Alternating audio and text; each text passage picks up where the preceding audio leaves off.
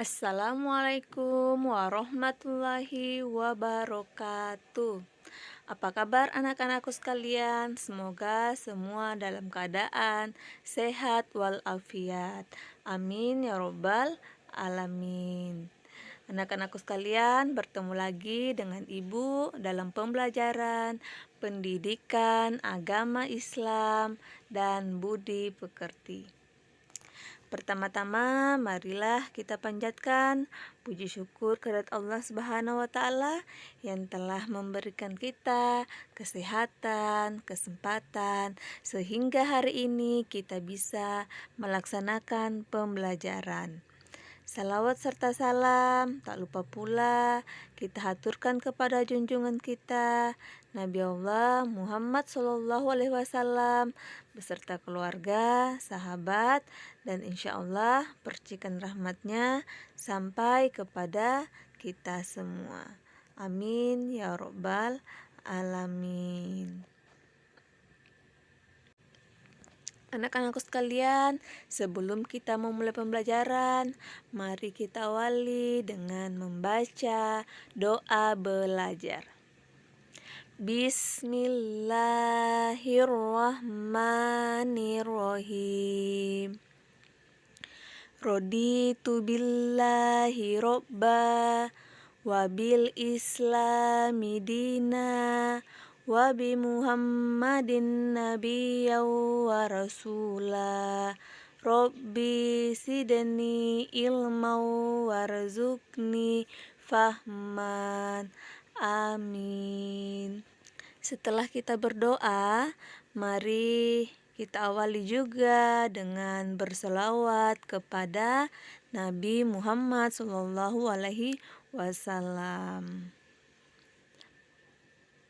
Ya Nabi salam alaika,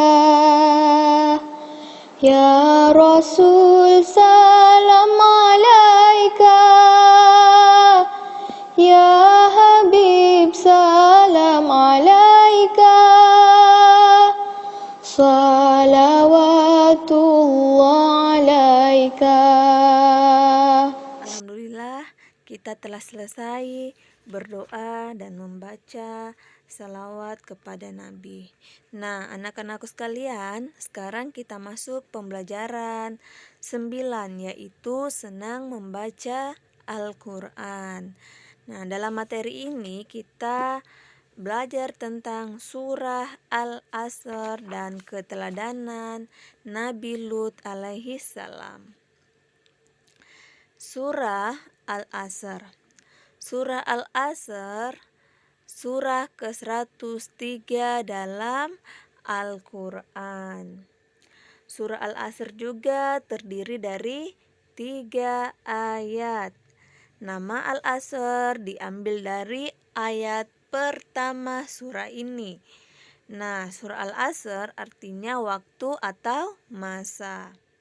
Surah Al-Asr diturunkan kepada Nabi Muhammad SAW di Mekah. Oleh karena itu, surah Al-Asr termasuk dalam golongan surah Makkiyah. Jadi anak-anakku sekalian, surah Al-Asr itu termasuk golongan surah Makkiyah. Kenapa termasuk golongan surah Makkiyah? Karena sebelum Nabi Muhammad SAW hijrah ke kota Madinah. Nah, anak-anakku, mari kita sama-sama membaca surah Al-Asr.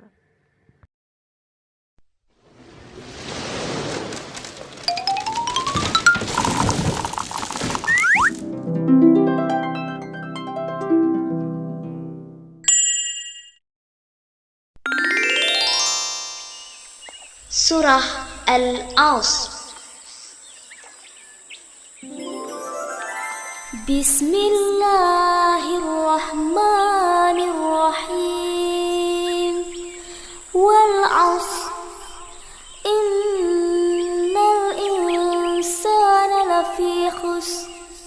Illa alladhina amanu wa 'amilus salihat. Wa tawasaw bil haqq wa وتواصوا بالصبر. Nah, adapun pesan yang terkandung dalam surah Al-Asr. Coba anak-anakku sekalian buka halaman 108. Pesan yang terkandung dalam Quran surah Al-Asr yang pertama adalah beriman, beramal soleh, saling berwasiat dengan kebenaran, dan saling berwasiat dengan kesabaran. Artinya kita harus saling mengingatkan dengan kebenaran, saling mengingatkan dengan kesabaran. Karena jika kita tidak saling mengingatkan, kita adalah termasuk orang-orang yang merugi. Nah, dalam Quran surah Al-Asr ini adalah mengajarkan kepada manusia bahwa manusia berada dalam keadaan rugi kecuali orang-orang yang beriman.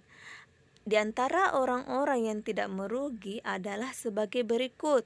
Nah, seperti Bu tadi bilang, kandungannya yang pertama, orang yang beriman. Yang kedua, orang yang suka mengerjakan kebajikan. Orang yang saling menasihati tentang kebenaran. Dan orang yang saling menasihati supaya tetap dalam kesabaran. Jadi, Quran surah Al-Asr ini mengajarkan kepada kita untuk selalu beriman dan bertakwa kepada Tuhan yang Maha Kuasa, supaya kita bukan termasuk orang-orang yang merugi. Nah, sekarang kita masuk pembelajaran B, yaitu keteladanan Nabi Lut alaihi salam. Nabi Lut alaihissalam merupakan nabi ke-7. Nabi Lut alaihissalam diutus oleh Allah kepada kaum Sadum. Kaum Sadum berperilaku menyimpang. Kaum Sadum melakukan berbagai macam keburukan. Kaum Sadum juga terkenal sebagai kaum penyamun. Nah, Nabi Lut alaihissalam dengan gigih berdakwah kepada kaum Sadum dan mengajak kaum Sadum beriman kepada Allah Subhanahu wa Ta'ala. Nabi Lut mengajak kepada kaum Sadum agar meninggalkan segala bentuk keburukan yang mereka lakukan. Namun, kaum Sadum tetap ingkar dan menolak dakwah Nabi Lut alaihi salam. Nabi Lut tidak pernah putus asa untuk berdakwah kepada kaum Sadum. Nabi Lut tetap berdakwah dan tetap menjalankan perintah Allah Subhanahu wa Ta'ala. Dengan penuh disiplin dan tanggung jawab, Nabi Lut memang memiliki kedisiplinan yang tinggi. Jadi, Nabi Lut memiliki tanggung jawab dan disiplin yang tinggi untuk melaksanakan perintah Allah Subhanahu wa Ta'ala, berdakwah kepada kaum Sadum dan menyadarkan kepada kaum Sadum untuk beriman kepada Allah Subhanahu wa Ta'ala dan menerima dakwah Nabi Lut alaihi salam. Nah, untuk lebih jelasnya, mari kita simak video tentang kisah Nabi Lut alaihi salam berikut ini.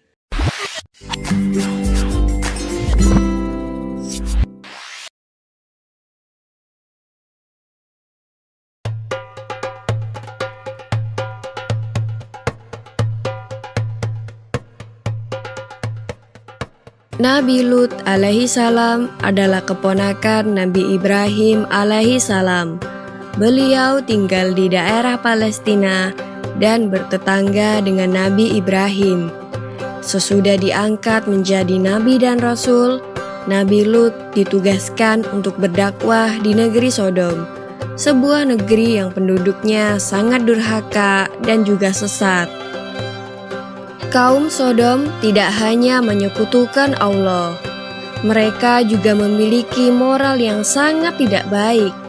Mereka menikah dengan sesama jenis, laki-laki dengan laki-laki, dan perempuan dengan perempuan.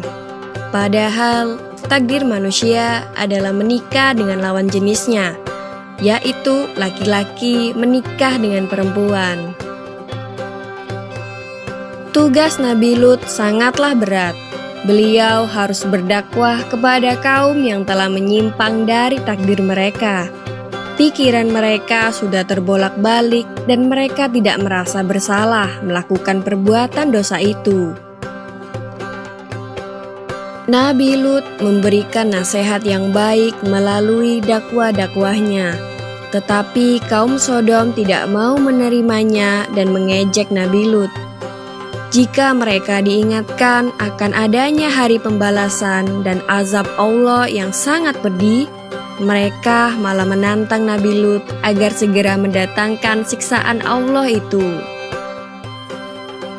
Kesedihan Nabi Lut semakin mendalam, karena bukan hanya umat beliau yang menentang, tetapi istrinya pun malah mengikuti orang-orang sesat dan keji itu, membantu mereka menentang dakwah beliau. Pada suatu hari, Nabi Lut didatangi dua tamu yang sangat tampan. Istri Nabi Lut sangat gembira dan ia segera menemui kaumnya untuk memberitahukan hal itu kepada mereka. Mendengar berita itu, semua orang kegirangan. Mereka saling berebut untuk mendapatkan dua pemuda tampan itu. Maka berbondong-bondonglah orang-orang menuju rumah Nabi Lut. Mereka berteriak keras kepada Nabi Lut agar mengeluarkan kedua tamunya yang tampan itu. Nabi Lut gelisah mendengar teriakan-teriakan dari luar rumahnya. Dengan sabar, Nabi Lut mencoba menyadarkan kaumnya bahwa tindakannya itu tercela. Namun kaumnya tidak mau peduli. Mereka tetap menuntut agar Nabi Lut menyerahkan tamunya. Di saat yang genting itu, tiba-tiba kedua tamu Nabi Lut mengatakan bahwa sebenarnya mereka adalah utusan Allah.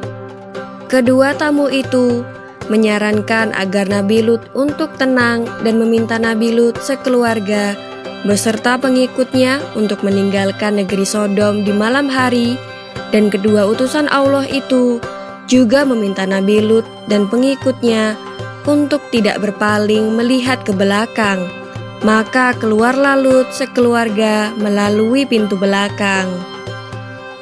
Hari menjelang pagi, penduduk Sodom yang menunggu di depan rumah Nabi Lut tak sabar lagi.